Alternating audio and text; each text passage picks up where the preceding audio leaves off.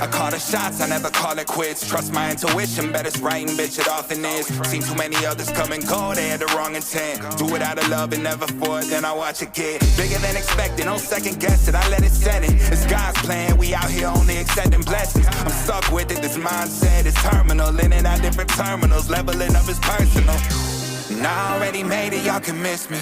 I smack my girl's ass, tell her pinch me. It's hard to believe I made something from nothing. No hindsight discussions, I've been writing, I love it. Ooh, welcome to the 3 Gig Sports Podcast, where we are never wrong, just sometimes misinformed.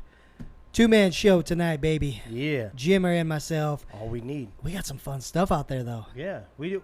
It probably wouldn't hurt to have a camera guy, though. That wouldn't be a bad idea. Because it could get nasty. It could. Absolutely. We're talking about how swampy it is in here. Yes. That's what we're talking about. Yeah, and it's just the beginning of summer, too. Yeah. Well, we're only, what I tell you, we're about a week away from, having nice cooled, like really cooled garage here. So, but yeah, won't be bad. 85 and 95% humidity. It'll be totally fine. Bro, my phone was like blowing up with stuff earlier. Like, we have so many things that happened in the last just 24 hours. Yeah, a lot. One of them, obviously, is the... and I'm going to give you the soapbox on this, too, because you definitely have a lot of, from the past, information and sound bites. But the PGA Tour creates an alliance with the DP World Tour and the PIF. Now, the PIF is the Public Investment Fund. It is the LIV Tour, the same company that started LIV Tour. So, when we read some quotes a little later, let's make it very clear. It is with LIV. So, what crossed your mind first? When you seen this happen, what crossed your mind, Danny G? It's grimy as hell, man. Like, they were guilt tripping all the players to not go there. Don't take that money. They were, basically saying they're turning their backs on the victims of 9/11, right? There was huge guilt trip. Don't do it. And then they go behind everybody's back and merge. Then they come together, and now they are all one. Yes. One, Jimmer. This is some bullshit. And then the CEO or the president of the PGA, the commissioner. Yep, there you go. He, listening to him in one of the interviews, at least, he just stuttering around the question, can't answer it, and just yeah, you have nothing to say because what you did was grimy. It was gross, and all those players should have taken the money. If this is where you were going to end up anyways, right? Yeah, exactly. Yeah. It's interesting because I came across, it wouldn't be a tweet. It would be a truth post, I guess, off of Donald Trump's social media. But he said a year ago that these guys need to take the money because a merger is inevitable. And if you don't, you're going to be missing out. And he was exactly right. Yeah, you exactly right. You sent that to us, circled date and time on there. It was what? It was. I think it was almost a year. Well, I think it was July, but it was almost a year to the date. Yeah. And I echo the same sentiment. Now, that being said, they had to do something. Don't know what it. I don't know if this was it, but they did have to do something. They've been hurting, right? They tried to up the antes and everything, the purses, but the money wasn't coming in like that, and you didn't have the best golfers anymore. Not all the best golfers. Right. I don't know if this should have been it. Like, you should have paired up with someone else. Especially when you planted your flag very sternly on this. You had a couple of your top tier players stand pat with you, and that one of the biggest was Rory McIlroy. And he's been anti-LIV. He's been your poster boy for this, and he has stood tall with you. And they didn't even get the courtesy of knowing that you were negotiating. They didn't know that this has been going on for 3 weeks, right? Is that what I read? I think it's been 3 weeks. At least, yeah. And they didn't know. Evidently, I think his name's Jay Monahan. Yeah, Monahan, there you go. He had kind of like a town hall with 100 PGA Tour players. And all reports, and plenty of players have said this. This isn't like sources. Literally, they said a bunch of them. It was loud. It was loud. There was some yelling. Heavy calling Jay Monahan a hypocrite and beating him down. And evidently, he did take it. He didn't try to sit there and like battle back on it or anything. He just literally stood there while they, like those old 1700s, and you're like strapped to the center town square and people are throwing tomatoes and shit. That's kind of what that's the vision I got, at least. But I don't even know, how do you feel like if you're Rory, who backed you this whole way and is like, this is horseshit, these guys shouldn't be playing in any version of the tour, they shouldn't be allowed over in Masters, any of that shit. Not to mention the PGA, if you remember, a few of these guys actually sued the PGA Tour. Yeah. So not only did the PGA Tour lose their players, but they also had to go through lawsuits. Yeah. So everything that you could possibly hurt your company, and this is how you take care of business. It's probably good for golf all around, probably. But I feel like if I planted the flag, I told you this earlier, Danny. If I planted the flag that hard and used like 9/11 especially, right, I would remove myself. I would resign as commissioner before I ever made a deal with LIV then. That would never happen under my watch if I planted my flag that hard. Yeah, 100% agree. That's the whole problem, right? Merging, it's ultimately going to make sense with the money that they can really back you with and things like that. And, I think there could be some interesting changes to the way the game's played as well. Like, you know what I mean?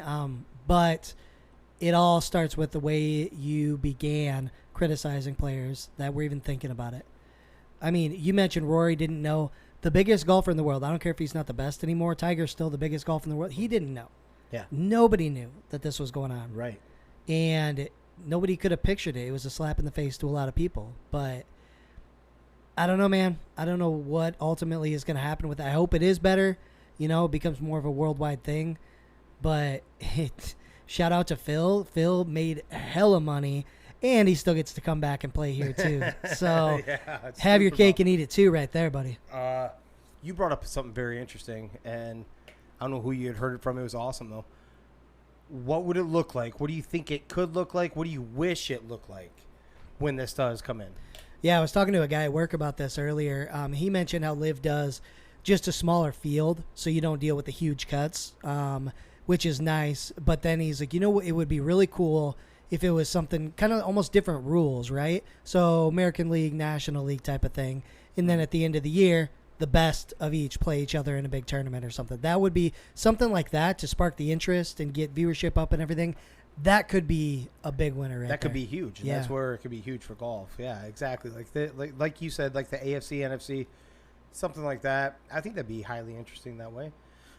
I think it also opens up. Now, that being said, this is still blood money at the end of the day. I'm not anyone that wants to say that. I'm not backpedaling off what I said earlier, probably a year ago when we were talking about it. It's still blood money at the end of the day, right?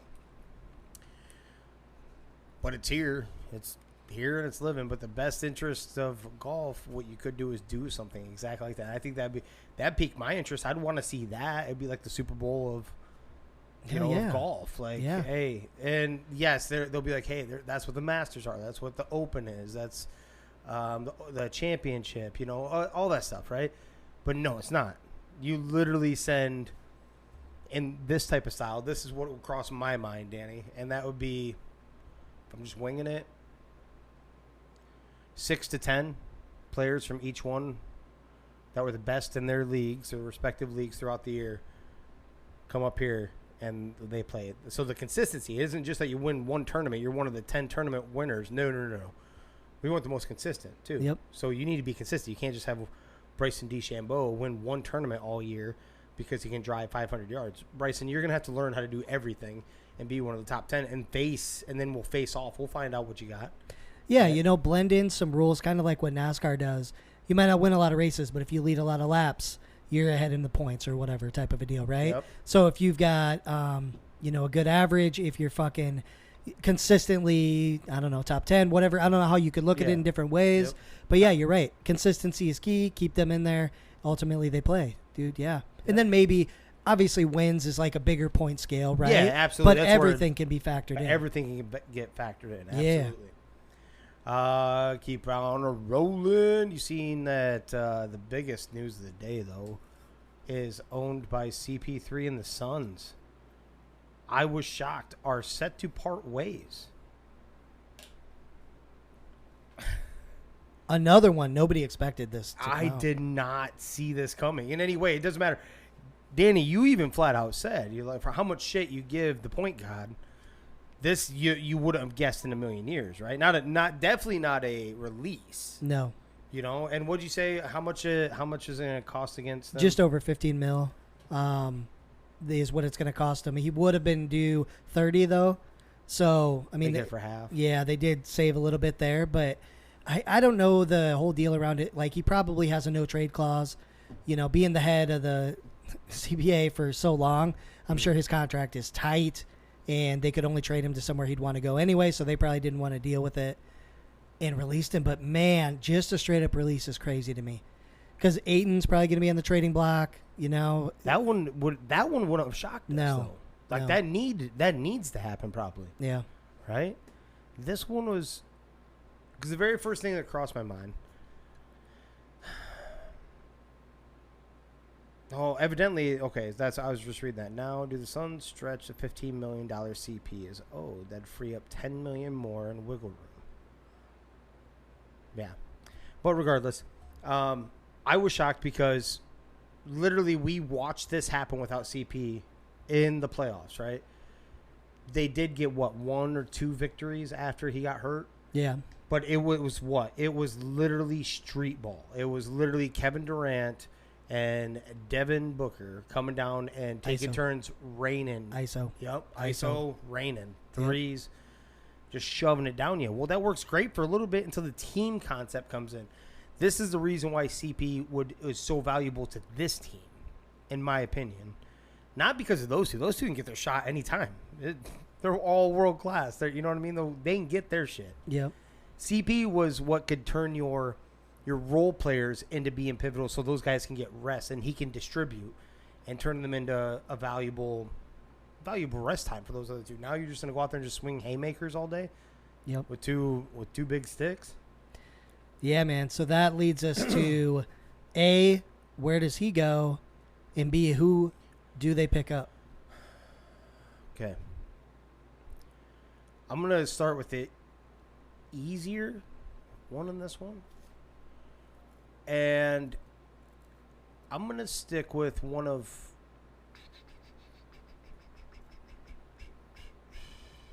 I'm going to stick with one of two because I'm going to leave you to yours because I know that you have a huge one on this.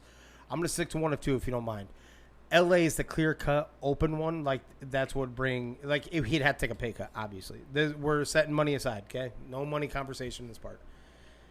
That is the most obvious. He's chasing a ring. I'm not saying that they'd be even clear-cut favorites, but he could help distribute. The same thing that I'm telling you that he would have done for... that he was valuable with the Suns. He could do for LA and maybe give LeBron and AD, who's awful fragile from time to time, a little more rest when you can like kick those guys in, you know, and get some more from your bench and your role players. Or the New York Knicks. I am gonna ride with this one. He can. They've made the playoffs as this back-to-back years they made, and they've made strides.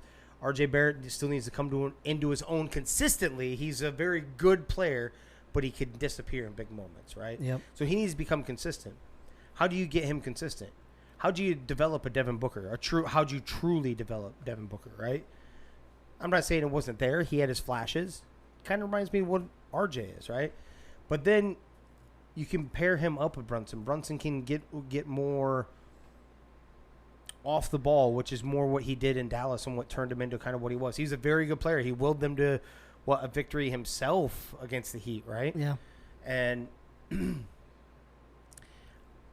I don't know how well Randall really fits. I don't know. Yeah, he got to go. Yeah, man. I think he would almost. But even if you keep that piece, I think they'd be a very nice team. And I think you need to, especially if you don't get Dame time over there in New York. You need to focus on this right here, and this is your shot. But I'll let you go with who you who you think he'll go first. And that gives me a second. I'll cheat. Gives me a second to think of where Phoenix goes. Yeah, I think the Lakers makes a shitload of sense, right? Yep. If we don't think about money, it definitely does. LeBron's wanted to play with him for a while. Doesn't seem like Kyrie wants to, or doesn't seem like the Lakers, rather, are going to end up taking on Kyrie. So having him come in, and maybe that motivates LeBron a little bit more to stay because there's more rumors that he could hang it up legitimately. LA does make a ton of sense. I also think Miami would be another good spot if, let's say they fall just short in the finals this year. They made it there again. They need another piece, maybe a little bit of leadership. They've got a lot of really good young guys. But again, that distribution that you talked about, right? So getting them the ball, and they don't need him to be there every single game. They can get to the playoffs as long as he stays healthy throughout that. He could be huge for them, and he could get his ring. So I think Miami's one of those that I would look at too. Let me stir the pot for you because we said players to replace him. Yeah. Okay. I'm looking at the potential free agents right now. Okay. The biggest ones, biggest names, don't matter. Everybody. I could see Kyrie going down there. Okay. I'm not disagreeing with that. I could see him going down to Phoenix. He defended him up until like the last second. Yeah. Durant did. So I don't think he has like too many hard feelings, so to speak. But if you want distribution, if you want that style, there's one big-time free agent right now, Danny G. James Harden, baby. James Harden. Let's go. Down there, That swinging with shit him would be again. nuts. Dude, the scoring in the building. I think James Harden would be better off staying in Philly because I really do. Take this a step further. Okay. I don't think Russ is signed with the Clippers, right? Wasn't this just a one-year deal? Yeah. What if they just regroup the OGs from OKC and bring it into Phoenix with Devin Booker and make a run? You know I like me some Russ. That would be. It would either be one of the most impressive teams you've ever seen, ever, or it'd be the biggest explosion you've ever seen. It's gonna be one of the two. It won't be in the middle. Yeah. It won't be like, hey, we're feeling each other back out. No, it's gonna be an explosion. Yeah. It's gonna be an explosion of be excitement and really good, or an implosion of fucking just everyone's, because they've all bashed. They've all been friends, but they've all bashed each other too. They've all been on the negative side, and more recently, they've been on the negative side, right, of all this. Man, the free agents that are out here, Danny, is highly impressive. Give me a couple more. I do like the James Harden idea, by the way, but I don't know how good of terms they left. Just to say this, with KD. Yeah, because Harden wanted out pretty quick, and KD didn't really say anything about it, so it's kind of like you didn't really know what's going on there. Yeah. But who else you got out there? I don't know how well this would work for like distribution, but pieces wise to make a real team, you have Fred Van Fleet's out there. Another shooter. Okay. You do have D'Lo, who's becoming one. He's a very hot and cold type of guy. But the more impressive ones, if you're making it, you could get a ugly Draymond Green going up down there. Chris Middleton is a free agent. Ooh, that's a glue guy, but that's not a distribution guy. Yeah. So if you could get a low end distribution guy where that's all he does is basically facilitates the offense, and he's okay with that, and then you able to bring in a Chris Middleton or something like that, or Fred Van Fleet. You have something stupid possibly growing there too, and that's the responsible version. Imagine the spacing if Van Fleet came over there. Every one of those guys can fucking shoot it from anywhere on the floor. Yeah. That's borderline Golden State, right? What are you going to do with that? Yeah. But then we also have to consider that Ayton is going to be on the trading block, so maybe there could be a trade involved versus a free agent as well. So there could be, somebody we totally are not thinking about that ends up moving over there. Oh, absolutely. This is just free agents. Yeah, absolutely. Yeah. But, yeah, that still shocking. We'll see where CP3. Where me and Danny do disagree, I believe, or we may not fully disagree, but I believe that CP3 is going to. We're at the very longest tooth of his career. He's going to want a championship. It isn't going to be about money. Danny believes he still wants his money too. So, Yeah, I don't think I've ever seen an NBA player take that big of a pay cut, no matter where they are in their career. You know, like if you, I shouldn't say no matter where they are. Like Carmelo Anthony, I think he was one of those that took league minimum because he had to and he was trying to get a ring. I'm sure there's a couple other examples, but I can't pull them off the top of my head. How about LeBron taking like, what was it, $15 million less? But $15 million less, but he still made. Oh yeah, and his right. So yeah, if CP3 took half, but CP, that's what I mean. CP3 still has a State Farm stuff. I mean, he still has his stuff on the side. It's true. So the money's coming in regardless. If you really want to solidify your career, maybe put the Danny G's more on your side in the world. You go get your championship. I don't even know why I'm fighting it. Like, I think he's going to end up in LA. I just can't see how it makes sense yet. You know? I think he ends up in LA. I don't know. What is this? 10 years later than 15 years later than it should have been. Yeah, something like that, right? Yeah, when the league blocked it. Kobe, David Stern. Yep. Yeah. I don't know, but I know you saw this. It's almost like the NFL world was listening to us. DeAndre Hopkins is visiting with the Titans. Let's go, buddy. What are we thinking? They need it. They need more than that, but they definitely... Somebody's got to sign him, dude. He's fucking...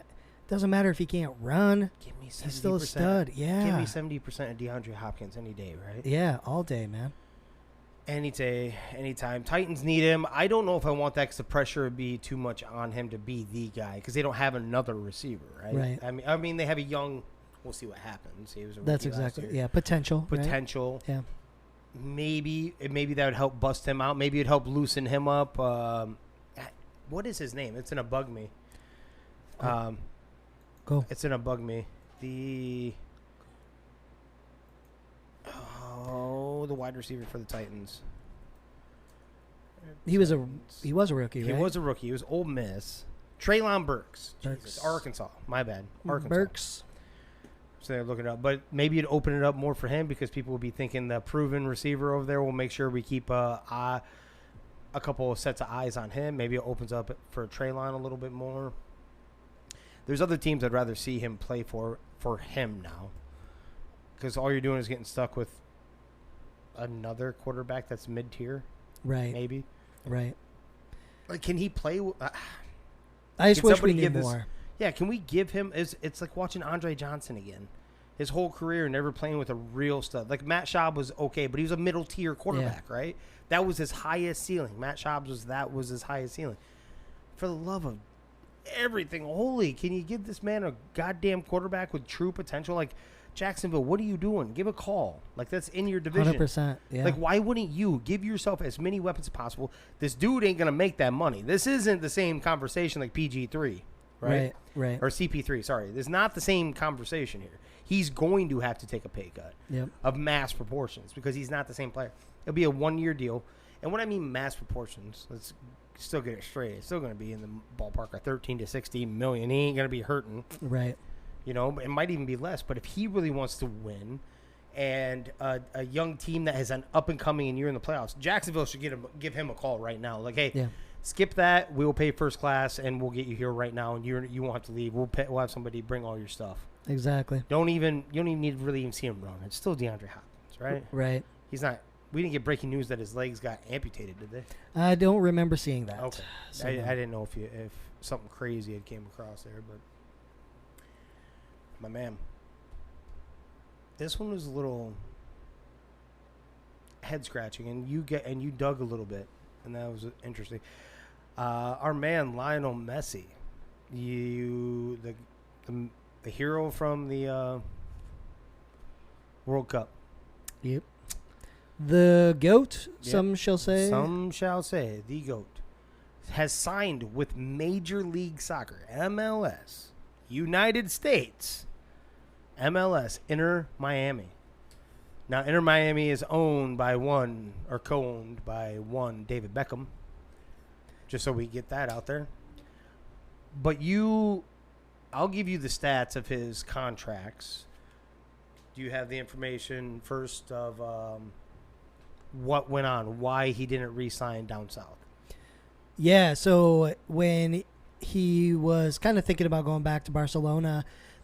Basically, he had heard that they were going to have to sell other players or give them pay cuts and things like that, and he didn't want to do that if he were to go down there. So he decided that's not the move. And, there's kind of been rumblings about this for a while. Apparently, his family's got a lot of property in Miami. Oh, okay. And so it seemed like this could be something that happened. But ultimately, he didn't end up going back home because he's like, and I think that's kind of a stand-up thing, too. Like, I don't want these guys to get paid less because I come over. So. Right. No, I think it's awesome. Yeah. Speaks highly. Not to mention, he ain't going to be hurting either. So his salary, bonuses, he will earn. His deal will include salary, bonuses, and equity in the team. It is valued between $125 and $150 million. You mentioned it, and I'm also reading this too. League sponsors Apple and Adidas are still working on the deals with Messi and will be based on the growth of revenues Messi generates. That is per the Miami Herald. And don't get it twisted. The revenue in Major League Soccer will double this year, dude. Easily. Just because of him. Oh, yes. Yeah. Absolutely. So he's going to rake himself. He's going to rake, actually. He's gonna make plenty of pie. I don't know anything about MLS. I would be lying to you if I told you I did. Don't know where Miami even finished last year. Okay? No shit. Don't know. Don't know who's all in the squad. I'm going to be honest with you another time. Don't give a shit. They'll probably be playing for the cup. When Beckham came over and played with LA, he won 2 championships with them, and that was in their startup, right? Yep. He's going to probably win a championship up here too, or 2, and he's going to rake in money because revenue will shoot up. You had a pretty relative, like I read that same thing, Danny, and it was about their revenue. And it was, let's see. Yeah, I think the numbers that I saw. So back in 17-18, the MLS made about $6 billion. Or no, was it 6? Yeah, $6 billion, right? The most recent figures, 2017-18, in which 20 clubs generated revenues of $6.04 billion. Yep. And so that was Premier League. Over the same period, MLS was that $1 billion? That was 1.02 there you billion. Go. That's the number. Stood at that time for that. Yeah. So imagine they're probably closer to like $1.5 billion after 5 years, right? Yeah. I kind of roughly I had it per team, and they just want to give the total, and it was pretty damn close to what I tell you, 1.5 to 1.7, somewhere in that ballpark billion. Yep. And you're estimating what? It's going to be up to 3. Yeah, we're going to say $3 billion. Yeah. Is this finally the move where MLS will get on the map in the United States? Not just one player. I'm talking about maybe you start seeing some of these bigger players jump over to the United States, especially if you're giving them revenue shares. Yeah. That's the way you do it, man. If you've got the name and you can come over here, we're going to pay you based on how much you help us increase money. Not just your salary. It's essentially a commission, right? You're coming over here, we're going to pay you based on your likeness and how much it generates. You mean kind of like a nil? You know what? Yeah, I like it. Name, image, likeness, baby. Yeah.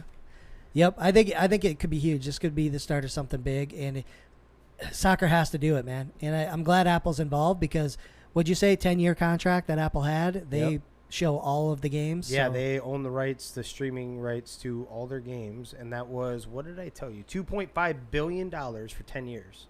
Yeah. So, am my math wrong? Is that $2.5 million per year? Right.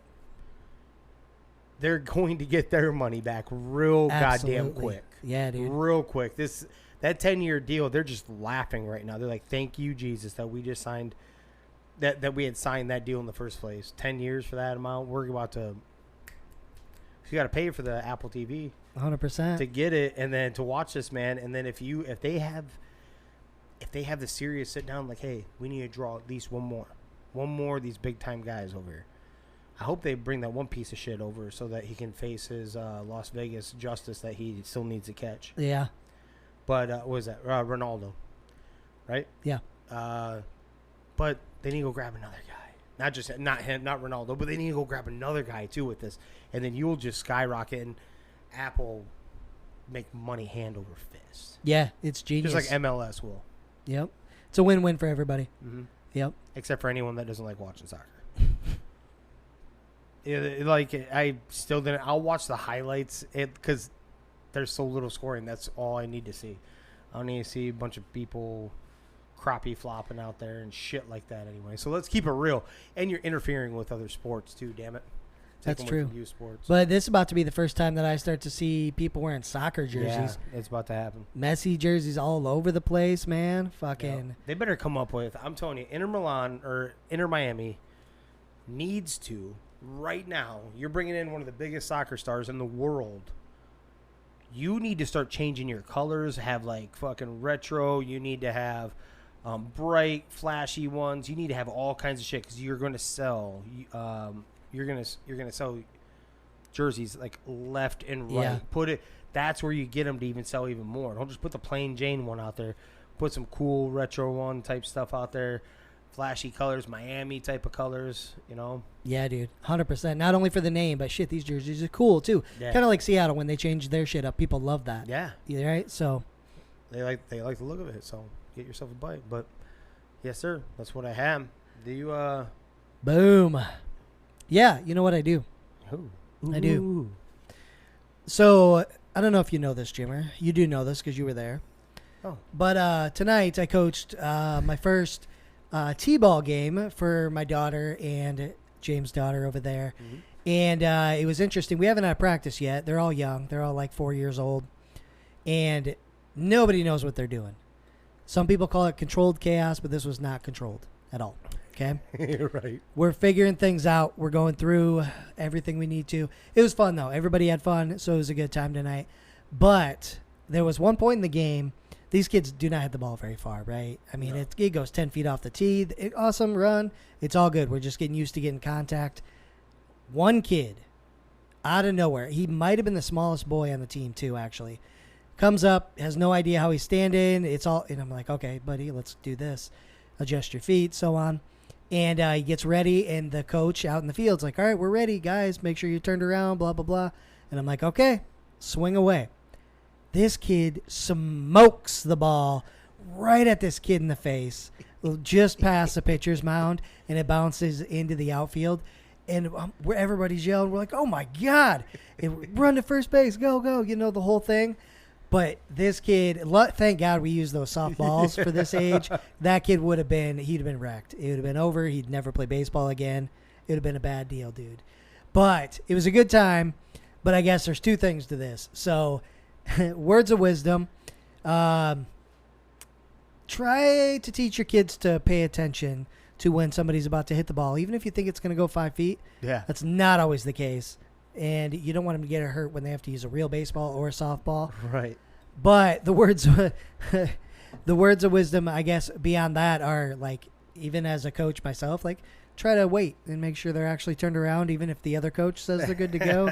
Right. But thank God that kid wasn't hurt. I was pretty excited. This kid smoked that thing. I'm like, oh my God. Totally was it one of those same ones that was like throwing rockets for? Like, yeah. Yeah, actually he was. Was he one? Yeah, he had a good arm. Yeah. Yeah. No idea what he's doing, but he throws the ball really good, and apparently he hits really well. So. That ball, wham! Yes. And it was like a piss missile. I'm like, Jesus, what is going on right now? Yeah, it was the loudest moment from the crowd by far. They were like, oh, everybody, even on the other team. Oh my God! So it was awesome, but definitely, yeah, it kind of makes sense if you don't think about it, but you just don't expect it from those kids. Right. And this kid would have hit a legit home run, man. Boom. Wild. I like it. Yes, absolutely.